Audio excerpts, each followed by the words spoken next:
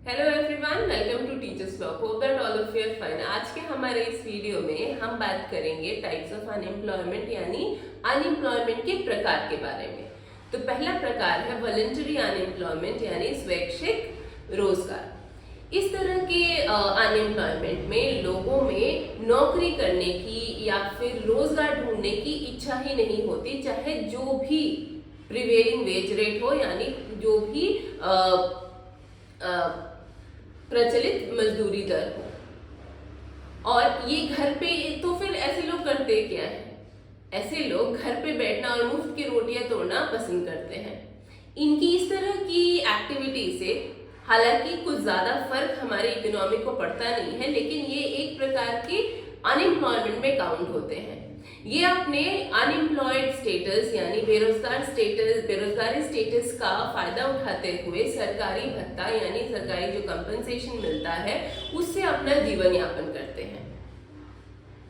अब ये कहाँ तक सही है वो तो आप ही बताएंगे कमेंट बॉक्स में, राइट। पढ़ते हैं हमारे नेक्स्ट अनएम्प्लॉयमेंट की तरफ, वो है हमारा सीजनल अनएम्प्लॉयमेंट यानी मौसमी रोजगार। ये रोजगार, इस रोजगार में जो वर्कर होते हैं या फिर जो मजदूर होते हैं या फिर जो लोग होते हैं, उन्हें ये पता रहता है कि पूरे साल के कुछ ऐसे महीने होंगे जब उन्हें रोजगार के लिए इधर उधर भटकना पड़ेगा। जैसे कि उदाहरण के तौर पे एक किसान जब सोइंग का सीजन होता है, प्लोइंग का सीजन होता है, बीज डालने का जब सीजन होता है, तब किसानों के पास रोजगार होता है। उसके बाद फिर जब फसल पक के तैयार हो जाती है तो काटने के टाइम में, हार्वेस्टिंग के टाइम पे उसके पास काम होता है। लेकिन ये काम जो है ये पूरे साल इसी तौर पे, इसी स्तर पे नहीं चलता। इसी वजह से कुछ समय ऐसे होते हैं या कुछ महीने ऐसे होते हैं जहां वो मजदूर ये जानते हैं कि सीजन के हिसाब से, मौसम के हिसाब से उन्हें कुछ महीने रोजगार की तलाश में इधर उधर भटकना पड़ेगा। इसी तरह से एक और इंडस्ट्री है, एक और फील्ड है जहां पे इस तरह का अनएम्प्लॉयमेंट देखा जाता है। वो आप और हम उससे बहुत ही ज्यादा अवगत है। वो है आपका सेंटा क्लॉज या फिर क्रिसमस से रिलेटेड जितने भी गुडीज होते हैं या फिर जो सामान वगैरह होते हैं जो हम खरीदते हैं क्रिसमस पे, वो क्या पूरे साल रहते हैं, अवेलेबल रहते हैं, लेकिन उस तरह का उनका डिमांड नहीं होता मार्केट में, तो वो ऑफ सीजन होता है। इस तरह के फील्ड से जो लोग रिलेटेड होते हैं उन्हें ये पता होता है कि साल के 11 महीने उन्हें उस तरह का मुनाफा नहीं होना है।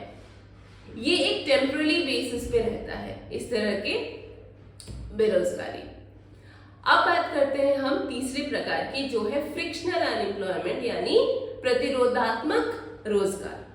अब इस तरह के रोजगार में जो मजदूर होते हैं या जो लोग होते हैं वो एक नौकरी करते हुए दूसरी नौकरी की तलाश में होते हैं, दूसरे काम के तलाश में होते हैं। और इस दूसरे काम की तलाश में तीन ऐसे कंपोनेंट होते हैं जिनका आपस में घर्षण होता है। वो है टाइम, दूसरा है आपकी एनर्जी और तीसरा है मनी। अब इन तीनों फ्रिक्शनल एलिमेंट को या फ्रिक्शनल एलिमेंट के साथ होने पर ही आप दूसरे नौकरी को ढूंढ पाते हो। अब इन्हीं में से जब एक भी कंपोनेंट जब मिस आउट होता है तो ये घर्षण जो है वो आपको ले जाता है अपनी दूसरी नौकरी की ओर। हाँ ठीक है, लेकिन क्या होता है, आप अपनी इनकम्प्लीट नॉलेज की वजह से ऐसे जॉब को ज्वाइन कर लेते हो जहां पे आपको आपकी काबिलियत के अनुसार नौकरी नहीं मिल रही होती है और वहां पे आप जो प्रिवेलिंग वेज रेट होते हैं आपकी काबिलियत के हिसाब से उससे कम मिल रहा होता है। हालांकि इसका जो इस तरह के अनएम्प्लॉयमेंट का जो नेचर है वो टेम्पररी इन नेचर होता है, लेकिन ये एक कह सकते हैं कि अनएम्प्लॉयमेंट की कैटेगरी में रहने की वजह से और अपने आप को अंडर एस्टिमेट और अंडरग्रेड करने की वजह से एक हमारी इकोनॉमी के लिए ग्रेट प्रॉब्लम हो सकती है। अब बात करते हैं कैजुअल अनएम्प्लॉयमेंट की यानी आकस्मिक अनएम्प्लॉयमेंट की। तो आकस्मिक अनएम्प्लॉयमेंट में ऐसे लोग होते हैं जो किसी कंस्ट्रक्शन साइट पे काम कर रहे होते हैं, किसी रोड के कंस्ट्रक्शन में काम कर रहे होते हैं, किसी बिल्डिंग के कंस्ट्रक्शन में काम कर रहे होते हैं, या फिर ऐसे लोग जो कि कॉन्ट्रैक्ट बेसिस पे काम कर रहे हैं। जैसे ही उनका कॉन्ट्रैक्ट टर्मिनेट होता है, as soon as their contract terminates, उन्हें दूसरी नौकरी की तलाश करनी होती है, उन्हें दूसरे रोजगार की तलाश करनी होती है।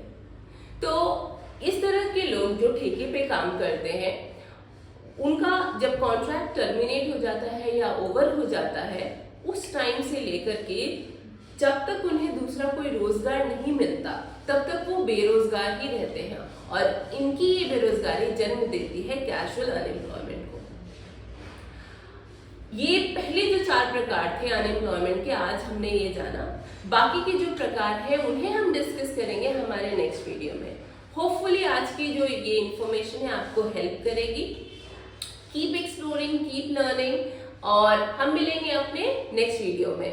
And yes, don't forget to like and share the video and do subscribe the channel. Till then, take very good care of yourself. Thank you very much.